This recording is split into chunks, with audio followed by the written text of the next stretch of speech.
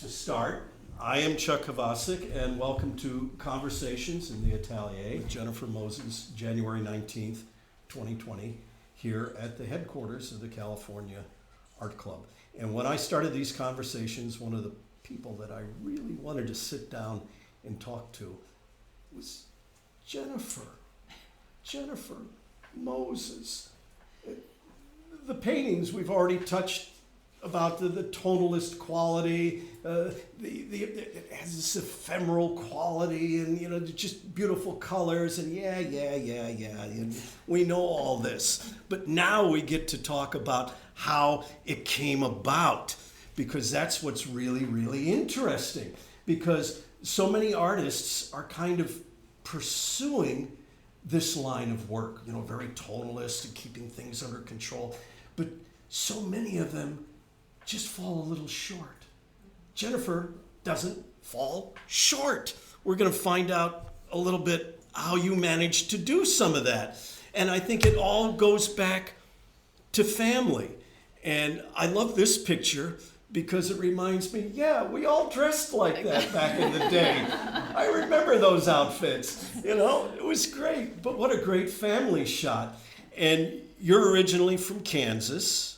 Yes, I was born in Kansas. This was taken in 1973. My dad missed going to Vietnam, but had to go into the reserves. So he was stationed on the East Coast. So when I was 3, we moved from Kansas to the East Coast. And that's where I grew up. The Virginia, the Tidewater area. Yeah. What a great area to grow up. Did you do a lot of exploring in those early days in that area, all that history? Virginia is beautiful.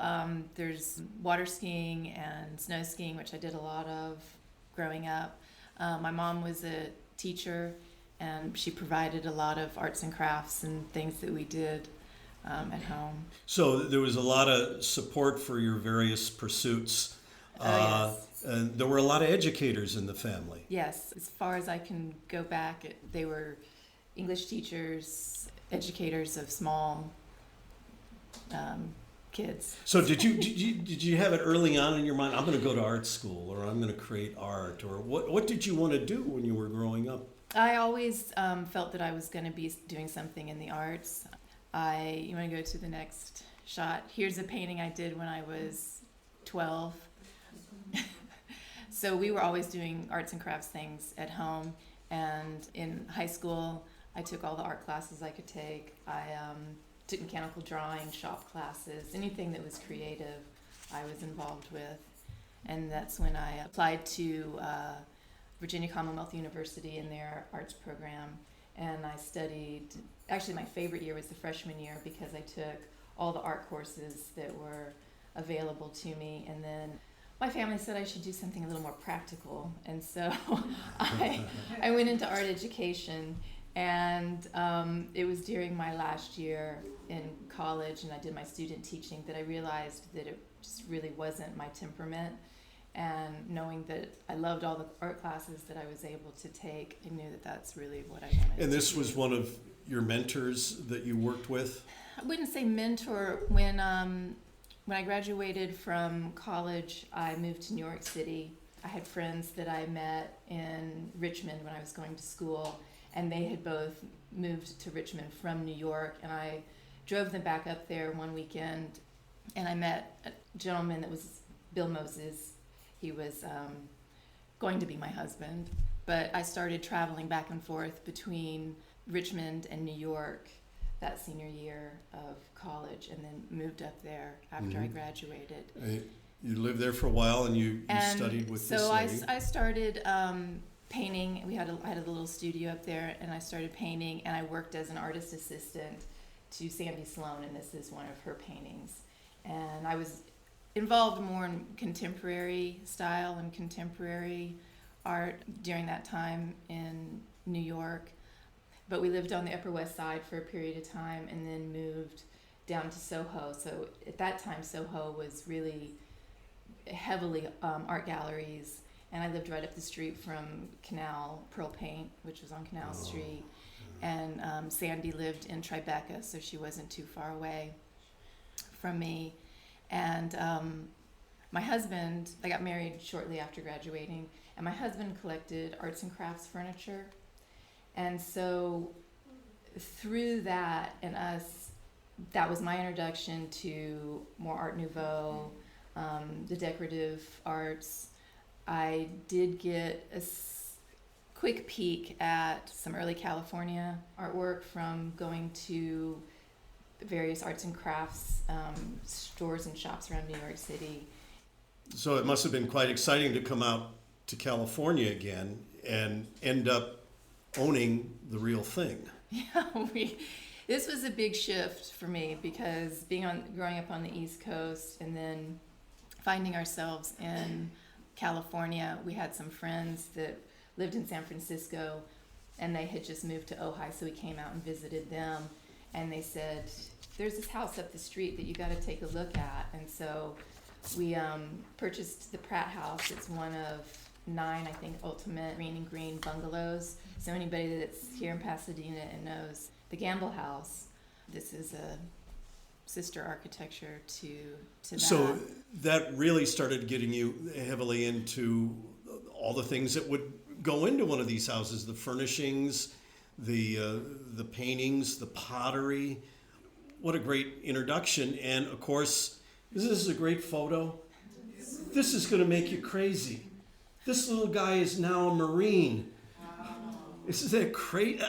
Yeah, it's crazy. He was born in '96. So when we bought the Pratt House, there was lots of restoration that needed to be done. So I spent several years diving into that and visiting the Gamble House and studying different aspects of the architecture there to bring the house back to life. But then Will was born in '96, and I kind of wasn't doing any art during that couple of years. But after he was born, I started taking photography at Ventura College, and did that for several years just to kind of get back and doing something that would give me time to spend with him, but also something. How do you think if the photography affected your work? Because I too have studied photography, and I'm always aware of framing and cropping, and your paintings have that same feel, that it's critical that they be cropped the way they are.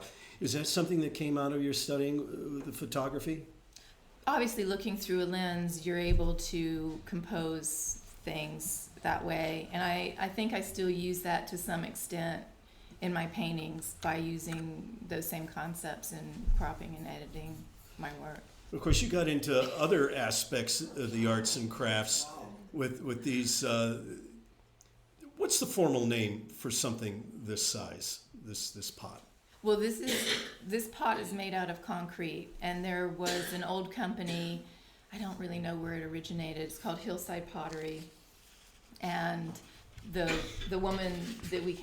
couple that we came and visited in Ojai, and we ended up buying the house, they also collected arts and crafts furniture, so we got a wild hair that we were going to start manufacturing garden pottery. And so just to give you an indication of scale, they got pretty large. And so these are concrete pieces that are inlaid with arts and crafts tiles. Are they original tiles? We found a source that made tiles that looked old but were new. And then we also bought old Batchelder tiles or Groovy tiles and did special pieces with those. It's interesting that the background for the arts and crafts, working on the house, getting involved with the decorative art aspects of it, and the pottery kind of manifested itself in this way. And you don't have any of these left. They're all sold? No, I have some in my house. Ah, well, we'll be discussing that later. Yeah, I do have a few left. But beginning with the painting, one of the things that always caught my eye was, in going through your work with you, that this is an 8x10. Yet it reads so much larger than that. When you start a series of paintings, do you do a series of field studies, sketches like this? Well, this was a plein air piece. Uh-huh. So after the pottery business, we ended that. It was a lot of labor, and I needed something that I could do myself. And so that's when I started getting back into painting. I spent several years collecting early California art books and doing a lot of self-studying by copying masterworks and really trying to find, the techniques. It didn't really start going. This is a later painting, 2007 maybe. But it was during this time when I started painting and I was doing a lot of self-teaching and finding inspiration for wherever I could. There was this little gallery in Ojai, and I went in there one day and I saw the work of Dan Pinkham. I hadn't really connected the fact that there were people out there doing this yet. I was kind of isolated in Ojai and just studying what I had in books. But that led me on the search to the California Art Club and other contemporary painters that were painting in an impressionistic plein air style. Yeah. Now you had mentioned you're largely self-taught. In those early, in the early 8 years, because my son was still young and I was primarily doing that. But one of the things you did that I think not enough artists do is you started copying some works of like Wendt and some of the other California artists to try to break it down and decode it. Right. And I don't think that there's enough of us, as artists or, painters, sculptors that break it down in that manner. And I think it's very, very informative that you took that approach. Now, you studied directly with Dan Pinkham and a few others?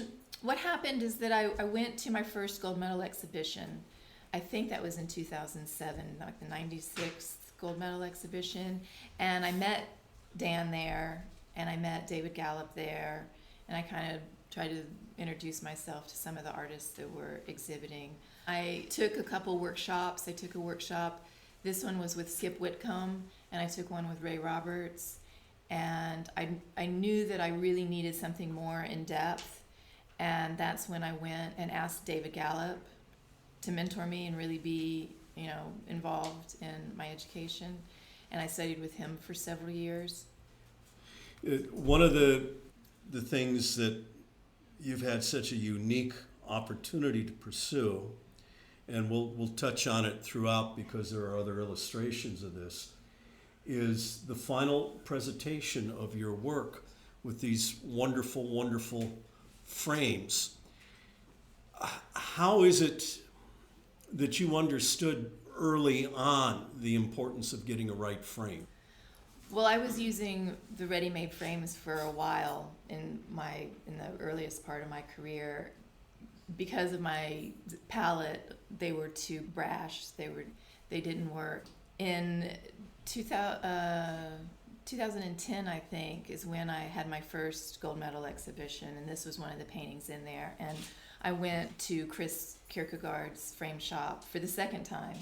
I'd been there many years before and saw all the little corner sample jewels on the wall, and I knew that someday I would use his frames.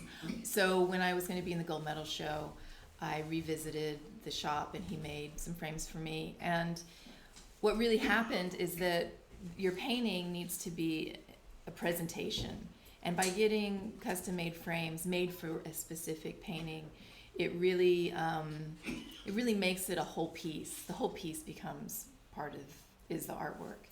The other thing that happened was that I could start using different sized canvases, off-sized canvases. I wasn't kind of held to the standard sizes, and that really brought about the ability to use composition in a different way. I could use squares, I could use off squares, I could elongate vistas. When you are working on a piece, have you already imagined the frame, or has it become more of a collaborative effort, working with Chris? There's some collaboration, but I trust Chris completely. I just say, here's there the painting. It is. Do it. Yeah, okay. Could you go back a little bit? Because I wanted to, there was a painting that we missed because I was talking about studying with David. And I went with him on a workshop in Louisiana. Which is where this is from. But the thing that happened when I started studying with David is that I took a color theory workshop. And I would say anybody that wants to know something about color, take his color theory shop, because something really clicked for me. The other thing that, as artists, as painters, we spend so much time on the craft of painting, and we can hone that skill. But I also felt like there was something else missing from my work. I didn't want to just paint places. I wanted it to have a meaning. And so I think there was a progression from being a painter to being an artist. And that's learning your own voice. And that's something that can't be taught. And that's something that you have to take on yourself and really try to figure out what you want to say. You had a wonderful quote that I think I'm going to write down and pin it someplace in my studio. You said, inspiration is not often convenient. Right. Which I think it isn't. It's often very, very hard. Sometimes it doesn't happen on the schedule that we'd like. Do you find yourself just standing there a lot waiting, or do you just dive right in? Well, I have, I can talk about that in two different ways. Is there another, this is a good example. When I was working with David, he was taking students out to the Channel Islands. He started asking me to come with him and help out, assist some with the students.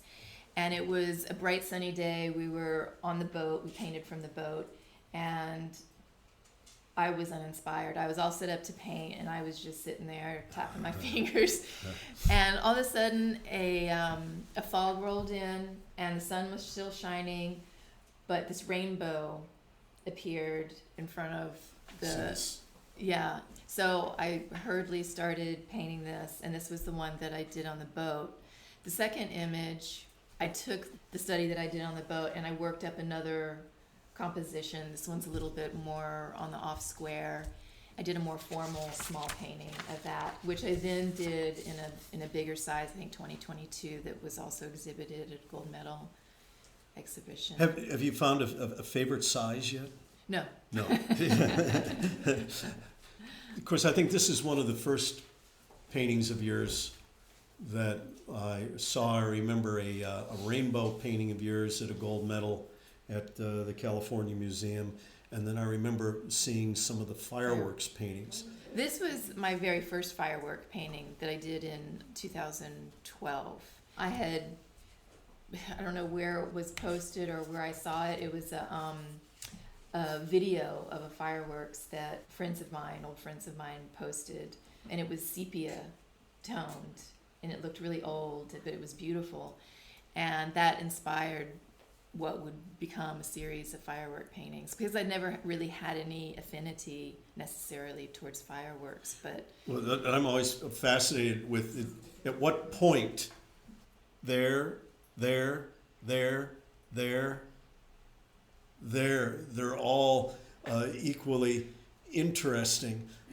I've been fascinated with fireworks paintings since looking at the wonderful Whistler paintings, but these that you do have more color and more activity going on than I think the Metropolitan has a small Whistler fireworks. And yours just there's so much more going on in them. The color and the brushwork and the formatting, going to this sort of format is unexpected. Well, this is part of what's become my process. The first one I did, it kind of tells the whole story, everything. And then I wanted to edit it down and really, what is the essence of what I wanted to say? What is the essence of this next version of the painting?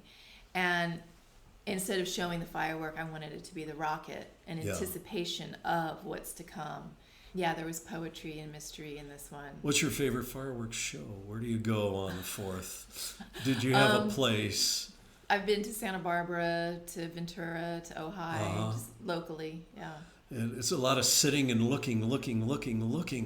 Yeah, but there's so many variations, and right. There's so many possibilities of color and composition and different aspects of the fireworks. So they're just wonderful. And then the same subtlety within the snow and the movement. Do you get up into the mountains often? Is snow a thing for you? Most of my snow paintings have come from either ski trips or visiting family in the Midwest, where I get snow. This painting was kind of a progression of my work because it started to become really textural. I started using a palette knife and brushwork, and this is one of the first paintings that was really had a lot of texture to it. So there's a lot of layering, a lot of scraping, a lot of overpainting, repainting, wiping. Sanding, Yeah. yes.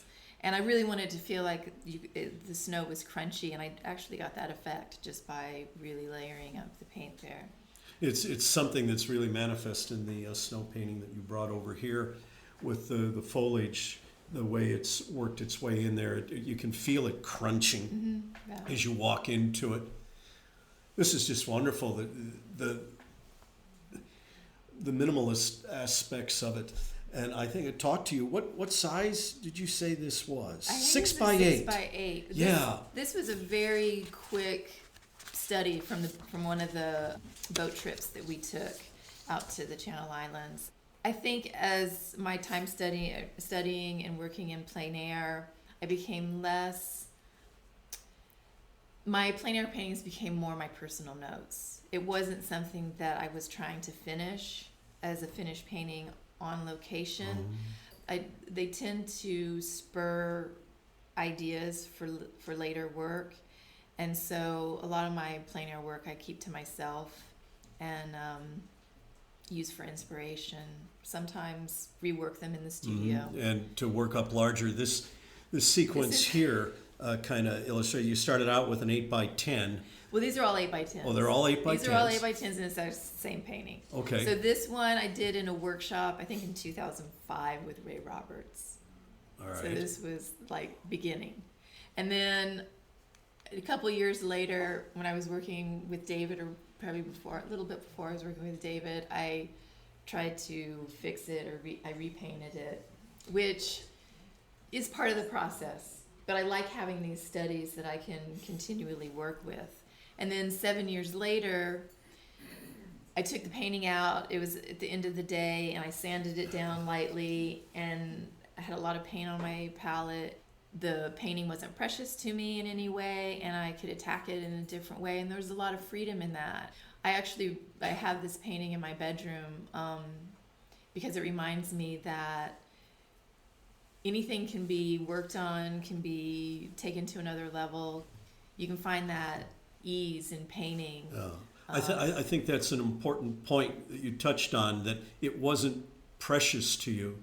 Because I know a lot of painters, they'll be working on something, and they fall in love with it, and they don't want to alter it, and they don't want to do anything with it. Yet, if they took that little bit of risk, it could become so much better. But we hesitate because we don't want to ruin it.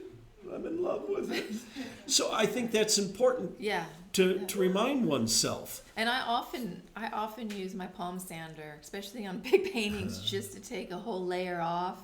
Harmonizes everything. It takes any preciousness away from it, and I can then attack it. So something that we see in a gallery at a show might have taken years through this process.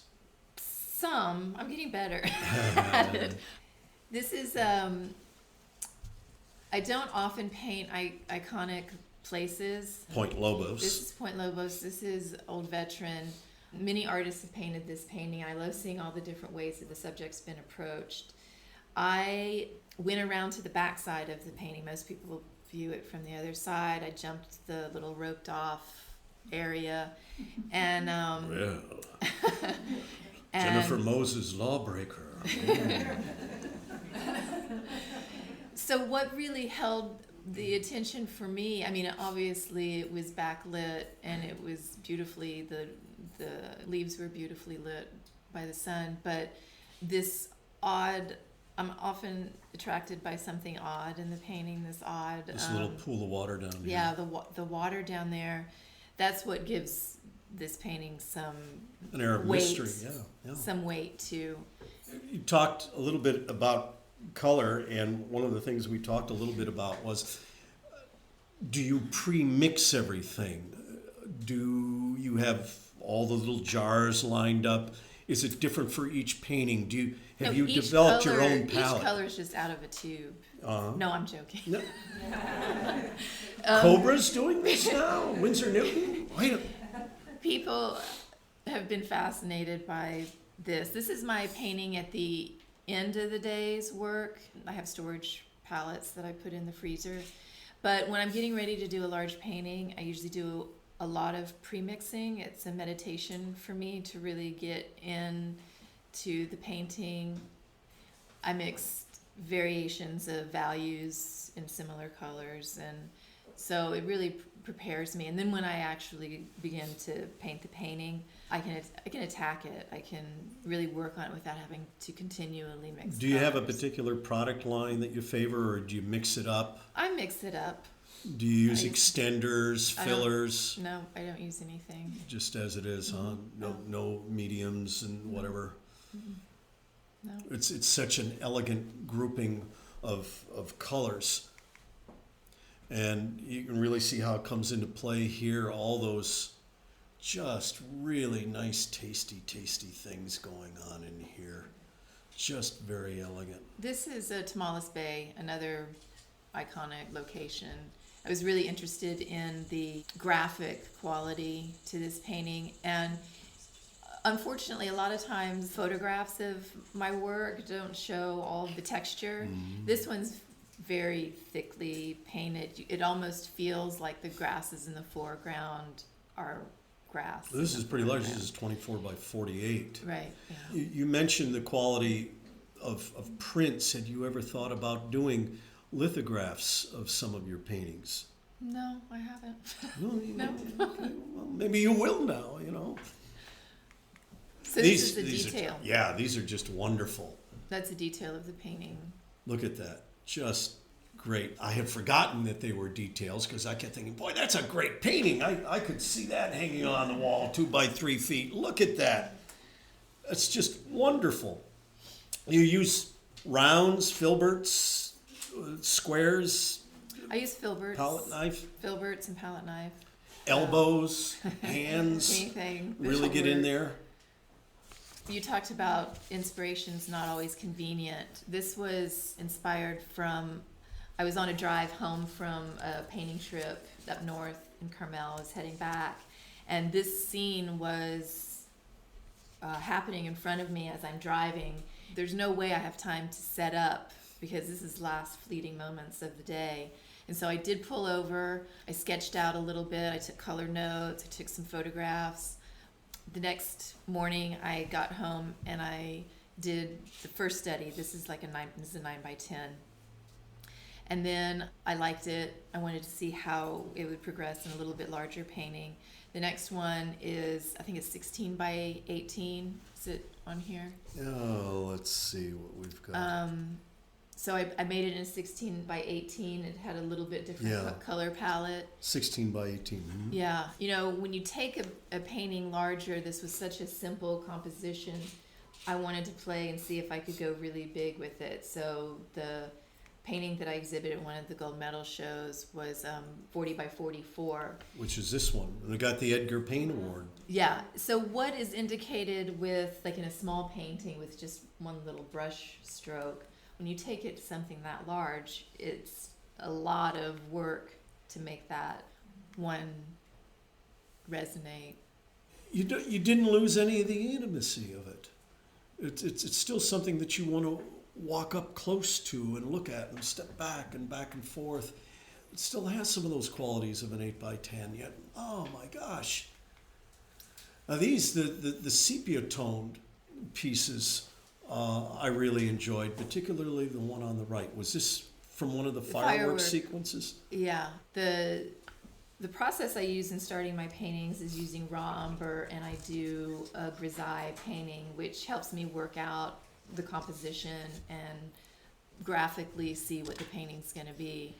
So in doing this, I found some of them to be really beautiful as they were, just in sepia. They remind me kind of like of old sepia photographs.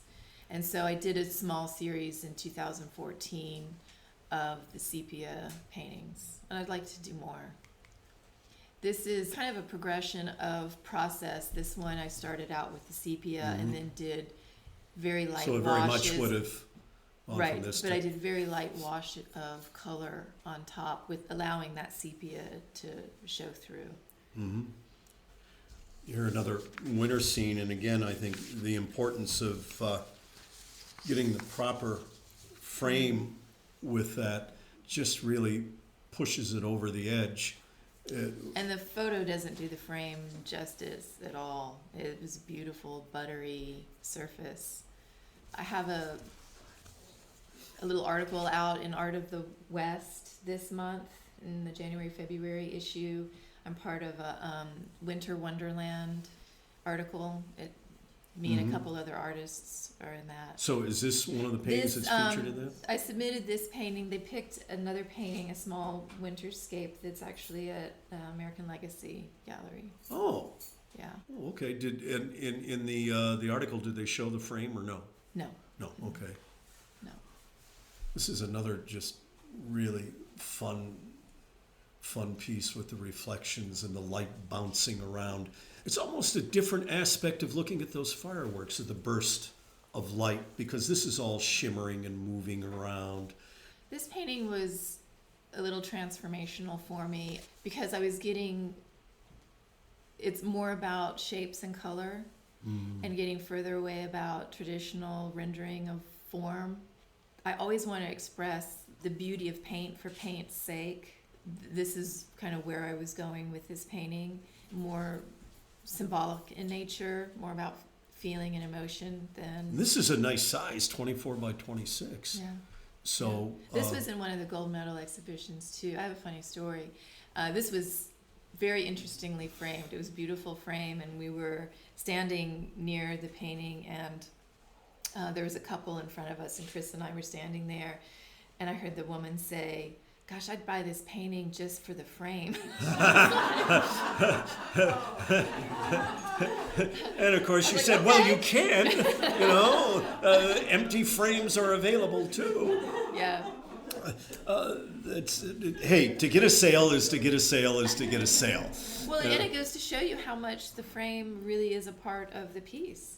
Yeah, and I think too many of us don't pay attention to that. I know there's a number of artists that buy the stock frames and then modify them with color and all sorts of things, but you are so fortunate to have someone that can take that aspect and move along with it on your behalf with your work.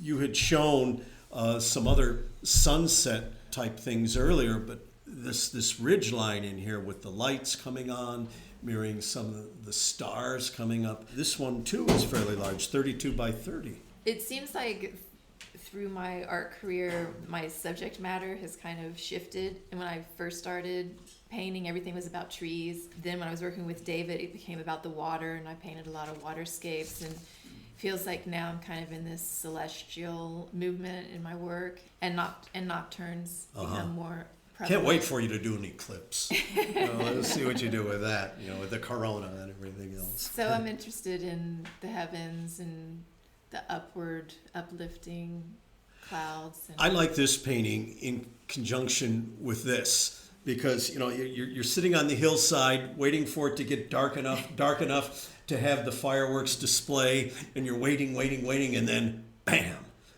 So I love these two together. I'd love to see them hanging in a room. And this one, 16 by 19, or I should say 19 by 16. It just wonderful, and just a little bit of the hint of a ridge line down there. Are you going to be doing more fireworks paintings? I will probably do more fireworks. Yay! I love the fireworks paintings. Yeah, so I revisited fireworks again, like 2017, I think. This one. Yeah, this one's from 2019, so this is fairly, 2019. Yeah, fairly recent. And this is revisiting the first firework painting that I did. So I tend to do that too. How can I have another voice with something that I've experimented with? And I really wanted to show those last few minutes that the fireworks are disappearing, where you want more, but they're fading away. The transients. I think that's got to be one of the most difficult things to paint. Energy expended. We know what happened just a brief moment before. And of course that's the natural thing, but here now it's expended. It's over. And it's just something you don't get to see often enough in a painting. This is one that I had seen you working on in your studio up in Ojai. It's just exquisite because I remember the texture on it. All this wonderful pebbly quality to it. I recall years ago seeing some paintings at the Farnsworth, some of the N.C. Wyeths, and they had this beautiful quality to it.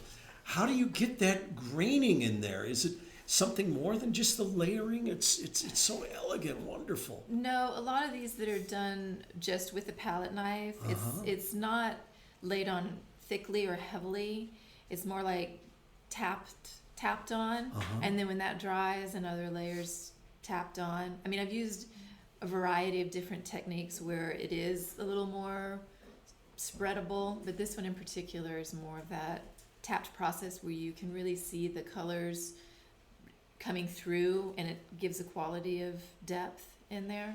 The other aspect is I wouldn't have guessed that a tabernacle type frame would work on a landscape.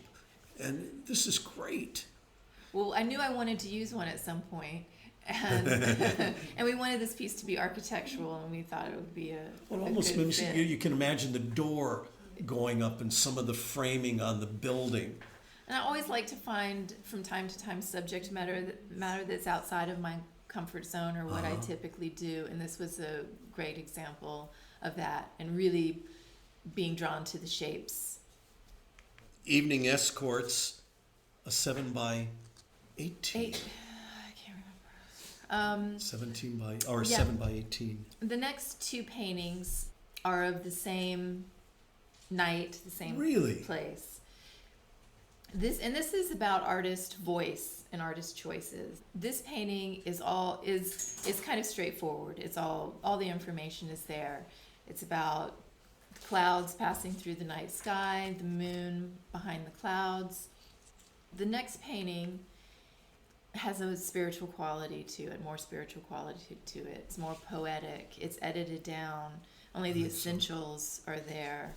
I love this, that little spot there. Yeah. It's So just- it's not a comparison about if one painting's better than the other. It's just how you can make choices and come up with completely different works. Do you think you'll ever work towards doing a one-person show, or we could see enough of them in one room to really be able Give me to 10 walk years, through? no. Give you another 10 years? No, I meant to produce a Oh, volume. I think you could do a one-person show at this point. Don't you think she could do a one-person show? Yes. Yeah, especially you could. And I know you got a stockpile of frames. So you can keep that moving Nope. moving along. No, well, Not a stockpile. maybe you got to wait the 10 years. Thank you so much for coming by to discuss some of this. I know a couple of times when we were talking on the phone, I say, Jennifer, we've been on the phone an hour and a half, 2 hours. Could we do a part 2 sometime? And you said, no. So we tried to get some of the highlights in here, but I'm wondering if someone in our audience might have a quick question of Jennifer about her approach and work before we end the program. I have a question about Your name? Sylvia Bell, which has to do, you started out doing some work with photography, or mentioned using a camera. And I wondered to what extent some of these paintings also rely on your reference being a photographic reference of the moment to the studio. You mentioned stopping on the side of the road and having exactly that process, but I wasn't sure paintings like this one, for example, would they take up that same kind of mixed quality of being studio, partly, of course, the plein air, but the final product being a combination of all of it. Well, I won't deny myself any facility to capture something. So yes, if I'm out on plein air, if I'm out driving my car, whatever, I always take a photo reference, and if I can't paint a specific scene, I take a photograph, and maybe there's an opportunity to have that in mind when I'm out again, and I see something similar to combined ideas, yeah, I'll take anything I can get. Especially when it's not convenient and I'm not always toting around my easel with me. Do you have another question here? My name is Zafiris. Let's take this painting. Uh-huh. I'd like to ask you about your materials, your techniques. So you told us you use paintings out of the tube. No, I was joking. When I said all of those different colors were out of the tube, I was joking. Ha ha. Talking about what type of solvents, what type of mediums. Oh, okay. Let's talk about this particular one. Uh-huh. Second question is this 5 layers or 50 layers?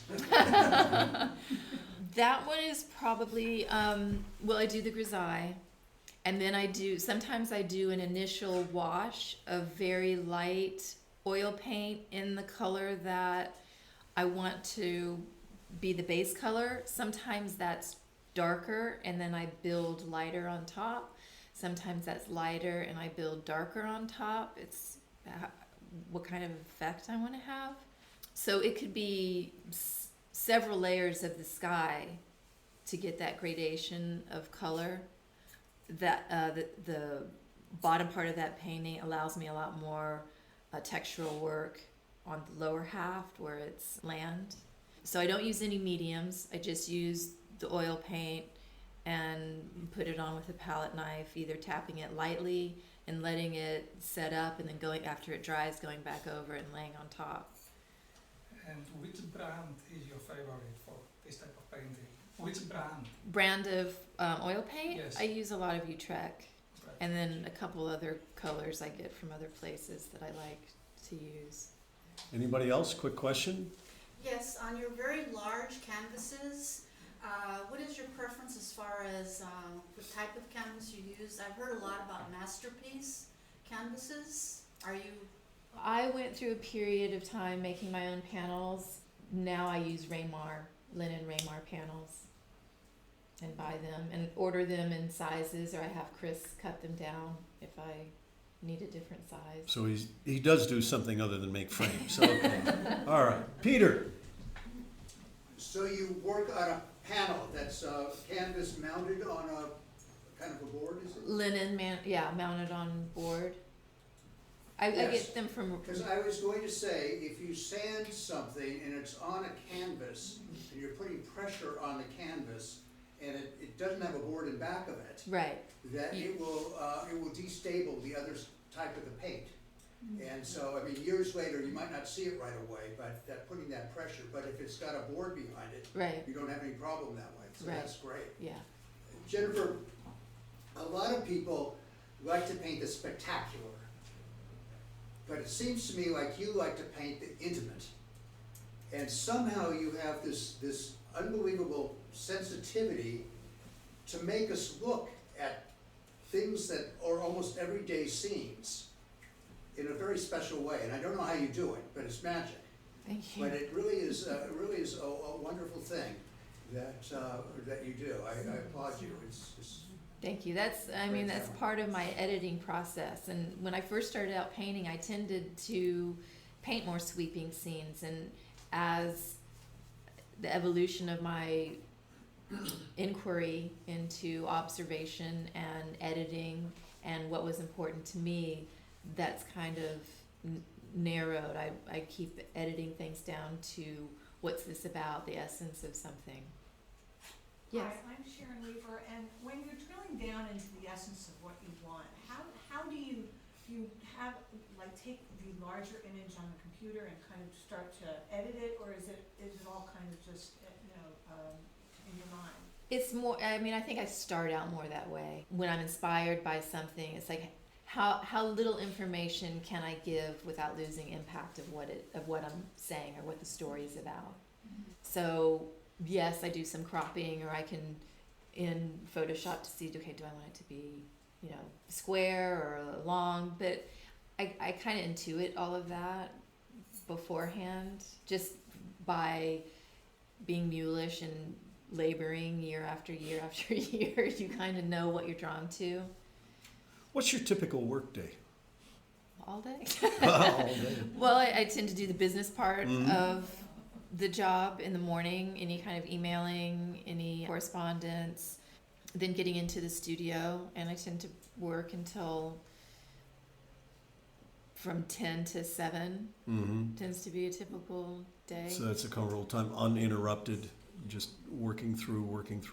Pretty much uninterrupted. And I tend to be in there 7 days a week. Yeah. Elaine, you had a question? I have a question. Jennifer, because I've known you for several years, and it's been great watching your career develop, I wonder if you don't mind sharing a little bit, maybe it's an insightful story, an inspiring story about how you came from this wonderful, diverse background with a passion for art, raising your son, and then getting into art, and then sticking to it until you developed into a place where I think you must feel comfortable now, of course always growing. I think that story might resonate with some fellow artists who are maybe feeling like, oh, am I ever getting there? Am I going to get there? I mean, I have feelings like that to this day from time to time, especially when I'm struggling on a painting and I'm like, okay, Chris is like, turn it to the wall, leave it for a while. Sometimes people ask me, how long does it take you to paint a painting? And I said, my lifetime, because it's a culmination of all the experiences that I have and all the things that I've done. So I don't really know how to... Is it just that you just don't quit? Well, I can be pretty tenacious. I put a lot of hours in. I do the work. And I think if you really have a passion in something that you love to do, then you're determined to do what you have to do. I'm not often satisfied with my paintings. I mean, I question it up until the very end. Sometimes I have to be so removed from it that it's framed and hanging in a different place where I go, oh, I did that. It's kind of like, it's, birthing something can be painful from time to time. So doing one more question here, Anna. Okay. This one, right here. Oh, She's sir. been raising her hand very good. Yeah, okay. Well, we'll get to this later, then we'll get to you, Anna. You'll be the last question. How's that? The most important one, likely, perhaps. Yes? I had a question about whether you use sketchbooks. You talked about photo references, but I assume you're not carrying your easel everywhere. Do you maintain sketchbooks? I do not. I've always wanted to, but I'm such a perfectionist that the sketchbook was never good enough for me. I mean, honestly, I'd always buy a new one and try to make it look perfect. It would drive me crazy. So, no, I don't have a sketchbook. If I need to, I usually have something with me. I may have a notebook in my car that's always there, but it's not something that I keep or that I journal in or that, no. And there's a part of me that always wished that I had that reference and that I had that, but there was something that drove me crazy about it. Because I couldn't sand it off. Anna, you have a question? Can I go back to talk about the painting? You talk about layer by layer. Do you have to wait for it dry to put another layer? Or what situation you wait for it dry? What situation you don't wait for it dry to get to the next layer? Depending on the weather. I mean, in the summer things dry pretty quickly, especially if it's applied pretty thinly and I'm not using, again, big gestural marks with my palette knife. So usually by the next day, it still might be a little tacky, and if it's gotten too thick, I make sure I don't work on that area. I work typically on several paintings at a time, so they kind of rotate through, and I have different storage palettes that, okay, this is this painting, and I put it in the freezer, and I'm going to be painting on this painting this day, and so I take that palette out, so I kind of rotate them and let them dry. There you have it. Thank you, Jennifer, so much for coming to be a part of the presentation. Thank you to the California Art Club for providing this wonderful space. Thank you so very much to American Legacy for allowing some of your paintings from the gallery to come here today. And we certainly look forward to doing this again sometime soon. Maybe with you at some point, but someone else undoubtedly will have a good conversation in the Atelier with. Thank you. Thank you.